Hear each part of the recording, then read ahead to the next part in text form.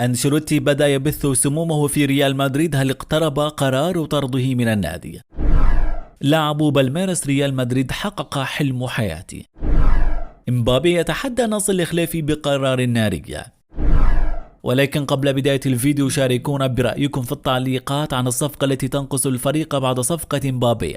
وإذا كنت من عشاق النادي الملكي لا تنسى الاشتراك في القناة وتفعيل زر الجرس لتصلكم الأخبار فور نزولها. وهيا بنا نبدأ الفيديو بالصلاة والسلام على رسول الله صلى الله عليه وسلم.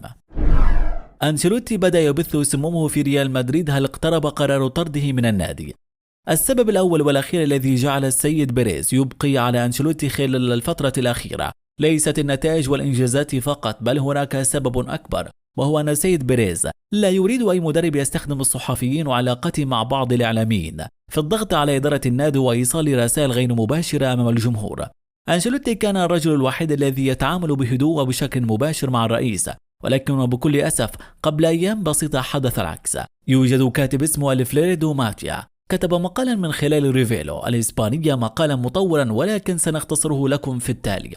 الكاتب شنه هجوما كبيرا على بيريز وإدارة الريال بشكل عام، حيث انتقد التعاقدات الحالية بأنها أتت دون استشارة لأنشيلوتي ودون رغبته، ولم يتحدث أي شخص معه إن كان يرغب في إرجاع هذا اللاعب أو شراء آخر، حتى أن أهم طلبات أنشيلوتي البسيطة هو مهاجم صريح ولم يتم تنفيذه. ويضيف الكاتب بعض النقاط الحساسة بأن الإدارة كدست عددا من اللاعبين في وسط الملعب، ولا توجد أي فرصة للاعبين الإسبان بأن يكون لهم مقعدا أساسيا وسط الفريق. الكلام طويل جدا، ولكن في نفس اللحظة قاسيا على الإدارة التي تقدم نموذجا استثنائيا من أجل تأسيس فريق للمستقبل.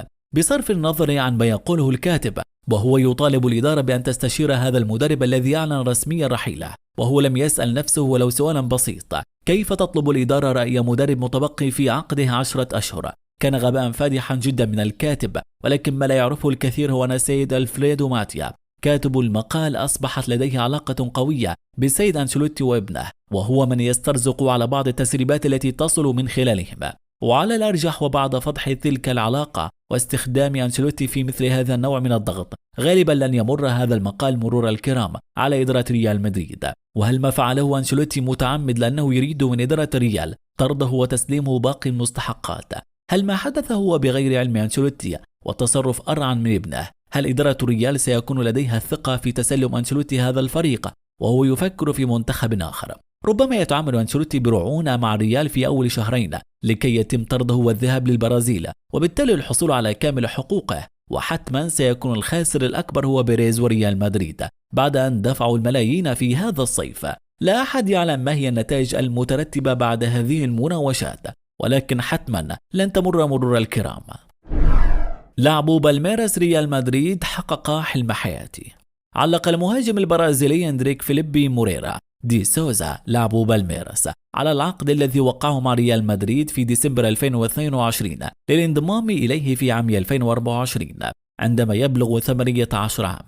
وقال أندريك خلال مقابلة مع صحيفة ماركا الإسبانية إن تعاقد النادي الإسباني معه حول حلم حياته إلى حقيقة، وأن والديه فكرا في إطلاق اسم دي ستيفانو عليه. وأجاب عندما سأل عن تلقي عروضا من أندية أوروبية أخرى مثل برشلونة وتشيلسي وباريس سان جيرمان، قال: أردت فقط أن أنتقل إلى ريال مدريد وأنا أحقق حلم حياتي، حلم والدي وحلم عائلتي. ووقع أندريك 16 عاما بالفعل عقد انتقال إلى ريال مدريد بموافقة بالميراس مقابل 35 مليون يورو، بالإضافة إلى 25 مليون متغيرات، رغم أنه لن ينضم إلى الفريق الملكي حتى صيف عام 2024 عندما يكمل عامه 18. وأوضح: ريال مدريد فريق أحبه، إنه الفريق الذي نشأت على متابعته. لقد نشأت وأنا أتابع نجوم ريال مدريد، وعندما بدأت في الإعجاب به أكثر بحثت عن المزيد من تاريخه. وأضاف: لقد نظرت أيضا إلى البرازيليين الذين لعبوا في صفوفه مثل رونالدو وفينيسيوس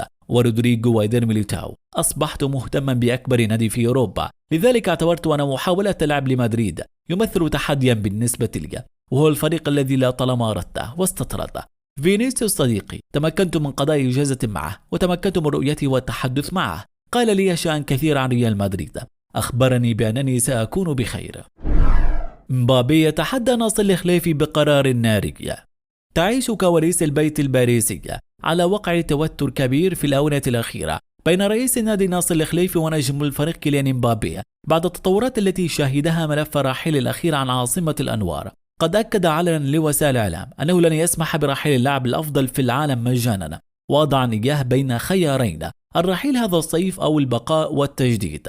وحسب تقرير لصحيفة ليكيب فإن امبابي قال للمقربية إنه لم يتعهد بعدم الرحيل عن باريس سان جيرمان مجانا. وبخصوص المهلة التي منحها رئيس باريس سان جيرمان لمدة أسبوعين لمبابي من أجل تجديد عقدها والرحيل، أوضح التقرير إن اللاعب قرر عدم الالتفات لها ويعتزم الانضمام إلى تشكيلة الفريق في 20 من شهر يوليو الحالي عند استئناف التحضيرات مع المدرب الجديد الإسباني لويس إنريكي. وكشفت صحيفة سبورت الكتالونية عن السعر الذي حدده ناصر الخليفي رئيس نادي باريس سان جيرمان لبيع مبابي.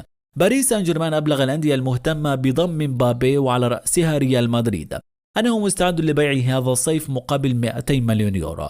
وجاء رد ريال مدريد قاسيا على باريس سان جيرمان، فقد أعلن رفضه بشكل قاطع دفع 200 مليون يورو في الوقت الراهن. وقالت إدارة ريال مدريد: إذا قررنا الدخول في صفقة مبابي هذا الصيف فإن عرضه لن يتجاوز حاجز 100 مليون يورو فقط. جدير بالذكر أن الغزالة الفرنسية قد أرسلت تذكيرا لإدارة ناديه برغبته بعدم تجديد عقده الذي ينتهي صيف عام 2024. ويترقب القرش بريز الوضع عن كثب لاقتناص الفتى الفرنسي المدلل الذي بات انتقاله لسانتياغو برنابيو أقرب من أي وقت مضى. أردا جولر عرض برشلونة، جميع العروض فقدت قيمتها بمجرد وصول عرض من ريال مدريد. أبدى التركي الشاب أردا جولر لاعب ريال مدريد الجديد امتنانه لتوقيعه مع المرينجي خلال نافذة الانتقالات الصيفية الجارية. وكان ريال مدريد قد أعلن يوم الخميس عن توقيعه مع التركي أردا جولر حتى صيف عام 2029 قادما من فنربخشة التركية خلال انتقالات صيف عام 2023.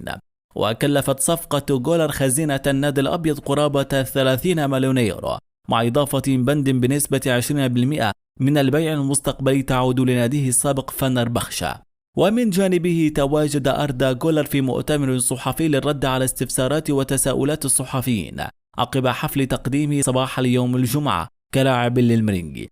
وقال جولر في كلمته أمام الصحفيين: فخور جدا وسعيد للغاية بالانضمام لأكبر نادي في العالم.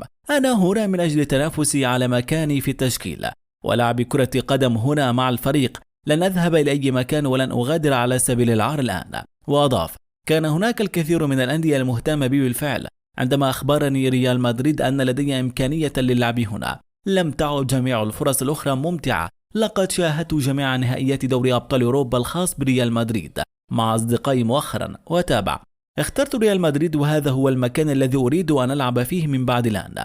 لا أريد أن أذهب للإعارة لأي فريق آخر.